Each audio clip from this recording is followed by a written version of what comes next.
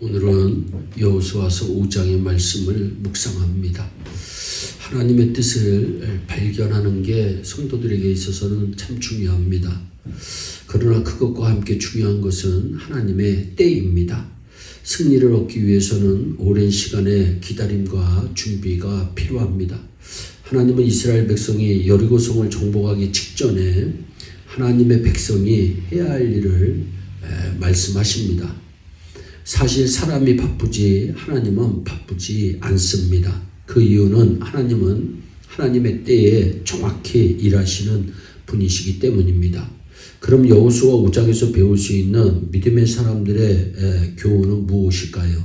두 가지가 있습니다. 먼저 잠시 멈추어 하나님의 음성을 듣고 그 음성에 순종하라고 하는 교훈입니다. 우리는 인생의 아주 중요한 때일수록 잠시 멈추어 하나님의 음성을 듣는 시간을 가져야 합니다. 하나님의 음성을 듣고 하나님께서 명하시는 것을 순종함으로 미래를 잘 준비해야 합니다. 하나님께서는 요단강을 건너는 기적을 경험한 여호수아와 이스라엘 백성을 멈추게 하시고 세 가지 중요한 일을 하라고 말씀하십니다. 첫째는 할례를 행하라는 것입니다. 이스라엘은 지금 막 요단강을 기적적으로 건넜습니다. 이스라엘의 사기나 하늘을 찌르고 있었고 이런 추세라면 이스라엘이 가나안을 점령하는 것은 시간 문제였습니다. 더군다나 이스라엘 백성이 요단강을 건너 하나님의 능력으로 건넜다는 소식이 가나안 사람들에게 전해졌을 때 1절의 말씀을 보면 가나안 모든 왕이 여호와께서 요단물을 이스라엘 자손들 앞에서 말리시고 우리를 건네셨음을 듣고 마음이 녹았고 이스라엘 자손들의 영고로 정신을 잃었더라 말씀합니다. 군사 전략적인 측면에서 본다면 지금이야말로 가나안 땅의 첫 성인 여리고성을 공격할 적기입니다. 그러나 여호수아 5장은 전쟁을 했다거나 혹은 앞으로의 전쟁을 위하여 군사적인 전략을 세웠다는 기록이 없습니다. 이스라엘 백성들의 사기나 하늘을 찌르고 반면 가나안 사람들의 사기는 마음이 높고 정신을 잃었을 정도로 땅에 떨어졌음에도 왜 하나님께서는 여리고성을 향해 진격하라고 말씀하지 않으셨을까요? 그것은 여리고성을 점령하기 전에 먼저 하나님의 백성이 해야 할 일이 있었기 때문입니다.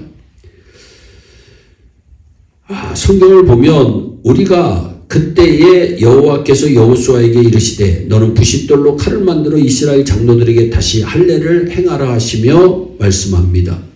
그때란 어느 때입니까? 요단강을 건너 이스라엘 백성들의 사기가 하늘을 뒤덮을 때입니다. 가나안 사람들의 마음이 녹았고 정신이 혼동스러워 무엇을 어떻게 해야 할지 모를 정도로 넉나간 때입니다.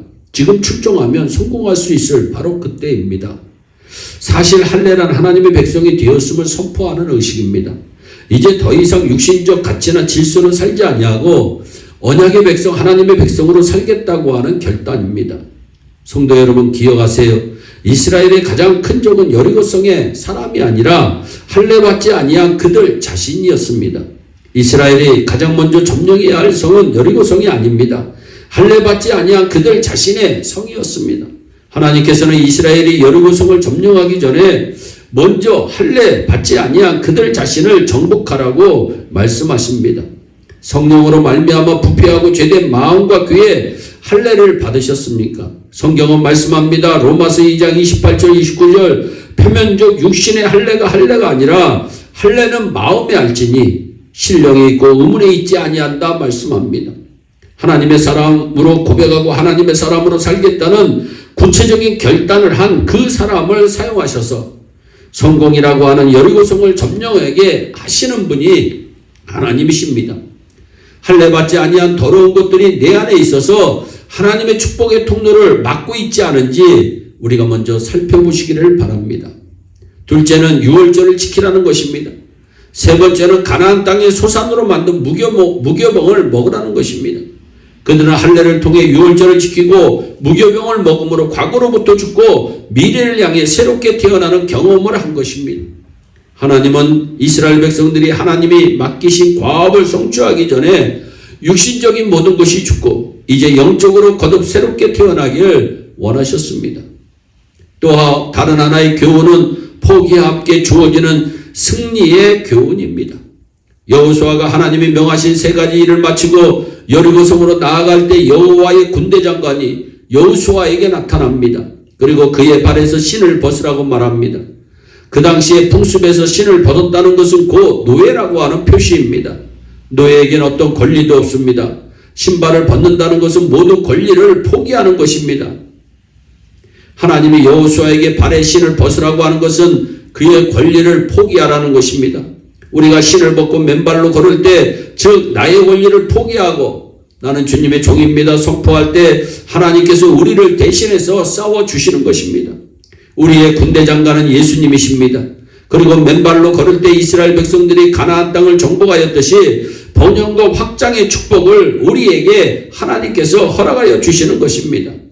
우리도 모든 권리를 포기하고 맨발로 걷기 시작할 때 하나님은 우리에게 놀라운 축복을 부어 주시는 하나님이십니다.